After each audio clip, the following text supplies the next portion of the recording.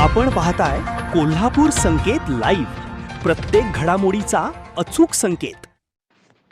Travels बसमधील सोन्याच्या दागिन्यांची चोरी उघड, परप्रांतीय आरोपीसह 28,52,000चा मुद्देमाल जप्त। गाव पोलीस ठाण्याच्या गुन्हे शोध पथकाने ट्रॅव्हल्स बसमधील सोन्याच्या दागिन्यांच्या चोरीचा गुन्हा उघडकीस आणत परप्रांतीय आरोपीला अटक केली असून त्याच्याकडून 146 ग्रॅम सोन्याचे दागिने व गुन्ह्यात वापरलेली क्रेटा कार असा एकूण 28,52,600 रुपयांचा मुद्देमाल जप्त करण्यात आला आहे।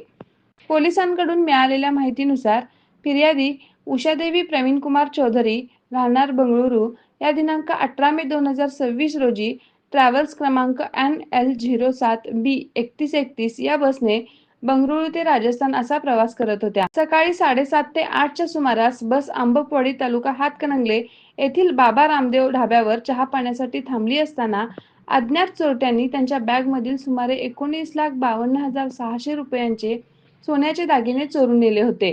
प्रकरणी वडगाव पोलीस ठाण्यात गुन्हा दाखल करण्यात आला होता। तपासादरम्यान पोलिसांनी गोपनीय व तांत्रिक माहितीच्या आधारे मध्य प्रदेशातील धार जिल्ह्यातील खेरवाजांग येथून कमरुद्दीन बाबू खान वय 39 यास ताब्यात घेतले। सखोल चौकशीत आरोपीने गुन्ह्याची कबुली दिल्यानंतर त्याच्याकडून चोरीस गेलेले 146 ग्रॅम सोन्याचे दागिने तसेच गुन्ह्यात वापरलेली हुंडाई क्रेटा कार क्रमांक MP09WM0886 जप्त करण्यात आली।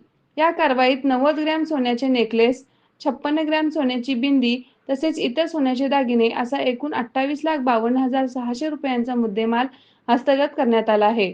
आरोपी सध्या पोलीस कोठडीत असून पुढील तपास पोलीस उपनिरीक्षक माधव डिगोळे करत आहेत।